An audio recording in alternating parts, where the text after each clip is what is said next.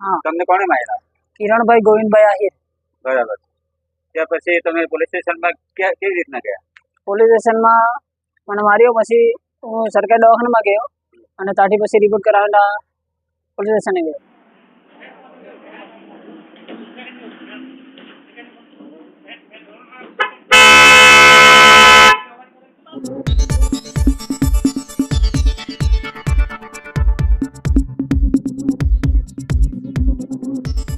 ગુજરાતમાં atrocity act બાબતે ખૂબ જ ધમાસણ ચાલે છે અને 3 ધારાસભ્ય દ્વારા 6 તારીખે એક આંદોલનની ચીમકી પણ આપી છે. ત્યારે એ જ એટ્રોસિટીને મુદ્દે લઈ આજે એક ખેરગામ તાલુકામાં એવો કિસ્સો બન્યો છે જેમાં એટ્રોસિટી એક્ટ હેઠળ કેસ કરવામાં આવ્યો છે અને એટ્રોસિટી એક્ટ કેસ હેઠળ જે કેસ બનવા પામ્યો છે એની તપાસ ચીખલીના ગોહિલ સાહેબ કરે છે અને સમગ્ર ઘટના શું છે એ પણ આપણે જાણીએ. મારે અહીંયા છે ને મારે એક પિકઅપ બનાવવા આવેલી હતી અને ભાઈ મારા પાસે આવેલા, મને કીધું કે પિકઅપ બનાવી આપો. મેં એમને એમ કીધું કે મારા પાસે અત્યારે કામ છે, અત્યારે કામ કરી આપું પણ થોડો ટાઈમ લાગશે. બરાબર. તો તે છતાં એમનો છોકરો પિકઅપ મૂકી ગયો કે જીલકુમાર, અને હું થોડી 2 વાગે જેવો મૂકી ગયો અને 3 વાગે એમનો કોલ આવ્યો, થઈ ગયું કે હા, શું રિપેર કરવા મૂકી ગયા? એ પિકઅપ મૂકી ગયેલા હતા. સામે રિપેરિંગ પિકઅપમાં એ હેડલાઇટ અને હોર્નનું રિપેર હતું. એમાં હોર્ન થઈ ગયેલા હતા, હેડલાઇટ બાકી હતી. તો એમને કોલ આવ્યો તો થઈ ગયું. તો મેં કીધું કામ ચાલુ છે, માણસ લાગેલો છે. હા. તો એમણે એમ કીધું કે થઈ જશે, કે તો થઈ જશે પણ વાયરિંગમાં ફોલ્ટ છે, ટાઈમ લાગશે.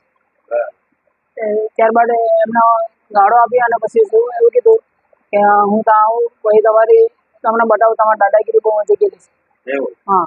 પછી અહીંયા આવ્યા, મને ઉતરીને સીધું મારવાનું ચાલુ કરી નાખ્યું. એમણે એમ કીધું કે તમારી દાદાગીરી બહુ વધી ગયેલી છે અને તમને મારી નાખશું ને એમ કરીને બહુ માર્યો. જીલકુમાર નામના વ્યક્તિએ એમને ત્યાં ગાડી બનાવવા માટે મૂકી હતી અને એમને કહેવામાં આવ્યું હતું કે મારે ગાડી બનાવી છે અને એમને કંઈક વાતો થઈ હશે. જ્યારે જીલકુમારના પપ્પા કિરણભાઈ આહિર જ્યારે એમને ફોન કરીને પૂછે છે કે મારી ગાડી રિપેર થઈ છે કે બાકી છે, ત્યારે સામેથી જવાબ આપવામાં આવે છે કે ગાડી રિપેરિંગનું કામ ચાલુ છે, તમારી ગાડીમાં ટાઈમ લાગે એવી વસ્તુ છે, વાયરનો ફોલ્ટ છે, એના માટે ટાઈમ લાગશે. પણ જીલકુમારના જે પપ્પા હતા કિરણભાઈ પટેલ, એમણે ગાડાગાડી શરૂ કરી. તમારે ધંધો કરવો છે તો કોણ છે, હું ઓળખું છું, હું કોણ બોલું છું, અને જે રીતે દરેક વ્યક્તિને પોતાની તાકાતનો ગુમાન હોય છે તે રીતનું તાકાત બતાવવાનું શરૂ કર્યું. હું તમારી ગેરેજ ઉપર આવું છું, શું કરી લઉં છું જોઈ લો. જ્યારે જીલકુમારના પપ્પા કિરણ આહિર ગેરેજ ઉપર આવે છે, ગેરેજ ઉપર આવીને સીધું જ કોઈ વાત કરવા વગર હિરલકુમારને તમાચા ઉપર તમાચા પડવા માંડે છે અને મારવા માંડે છે અને ગાળો દેવા માંડે છે અને જાતિ વિશે ગાળો પણ દે છે અને તમારી દાદાગીરી વધી ગઈ છે અને ખૂબ બધી વાતો કરી દીધી છે કે હું તમને જીવથી પણ મારી નાખીશ, એવી પણ વાતો કરી છે. અને સમગ્ર ઘટના તમે વિડીયોમાં જોઈ શકો છો શું કહે છે. અને જે પીડિત વ્યક્તિ છે જેની સાથે મારપીટ થઈ છે એ પણ શું કહે છે સાંભળો.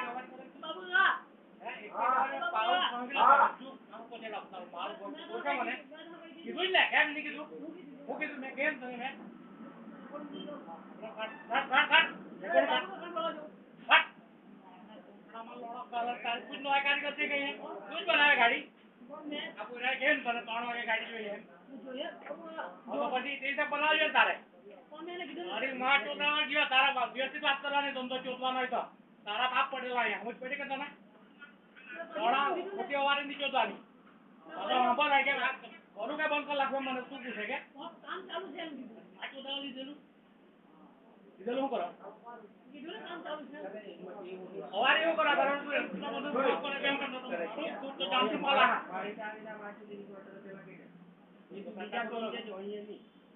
અહીંયા તો પણ ઇને શબ્દ કહી દો કેમ કરો વાત કરી અમે ગાડી એટલે કોણ તું મારા અહીંયા મારે એટલે મારી કઈ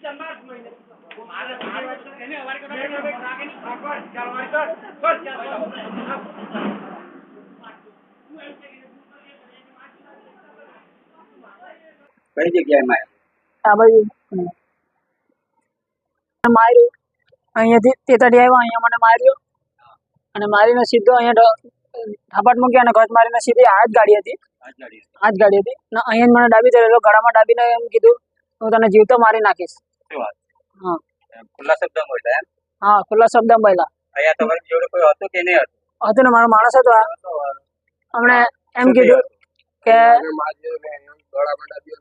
મારી નાખીશ ને એ ધમકી આપતો હતો. હા, શું કીધું? એમણે અહીંયા આવ્યો અને મને ગળામાં ડાબી ધર્યું અને તને જીવતો મારી નાખીશ એમ કહી. મેં અહીંયા કોણ છે તને ખબર છે કે આ બધા ફોડી લેવા એમ કરીને એટલે હું બધે ફોડી લેવા એમ હા. થાય છે? હા, મેં કોણ છે તમને ખબર છે કે એમ. આ જોડે સાથે કોણ હતા ભાઈ? હા ભાઈ. હા ભાઈ હતા. શું જોયું તમે? અહીંયા આવીને મારવા જ લાગ્યો ડાયરેક્ટ ને ધમકી આપે ને બધું ગળામાં પકડી રહ્યા, ગળામાં પકડીને મારે ને એવું બધું મારી નાખે ને ધમકી આપે બધી. અચાનક આવીને હુમલો જ કર્યો કે કઈ બોલ્યા પણ? હુમલો જ કર્યો. કઈ બચ્ચે આવ્યા? અહીંયા ગાડી મૂકીને અહીંયા મજા આપશે. ખેરગામ તાલુકો છે. ખેરગામમાં 7 મહિના અગાઉ પણ એક આવી જ ઘટના બની હતી. જાતિ વિષયક ઉપરથી લઈને ત્યાં આદિવાસી વિસ્તારના લોકોને અપશબ્દ બોલવામાં આવ્યા હતા, એમની સાથે મારામારી અને ઝઘડા કરવામાં આવ્યા હતા. એનો પણ કેસ હજુ સુધી પેન્ડિંગ છે અને કેસ ચાલે છે. પણ આદિવાસી છે એટલે આદિવાસીના પડખે કોઈ ઊભું રહેતું નથી. ફક્ત કાનૂન અને કાયદાથી લડવાનું હોય છે. પણ જેટલી રીતે એમને ન્યાય મળવો જોઈતો હોય છે ન્યાય મળતો નથી. તો શું આ કેસમાં પણ આવી જ રીતે વીટો વાળી દેવાશે કે પછી આપણા જ સમાજના આદિવાસી સમાજના બેઠેલા નેતાઓ આને પણ પ્રોત્સાહન આને પણ સપોર્ટ કરવાની જગ્યાએ એમને પાણીમાં બેસી જવા તો નહીં કહે ને? હવે જોવાનું રહેશે આગામી સમયમાં પોલીસ પ્રશાસન એમનું કામ બરાબર રીતે કરે છે, પણ શું થાય છે એ તો આગામી સમયમાં જ જોવાનું રહેશે.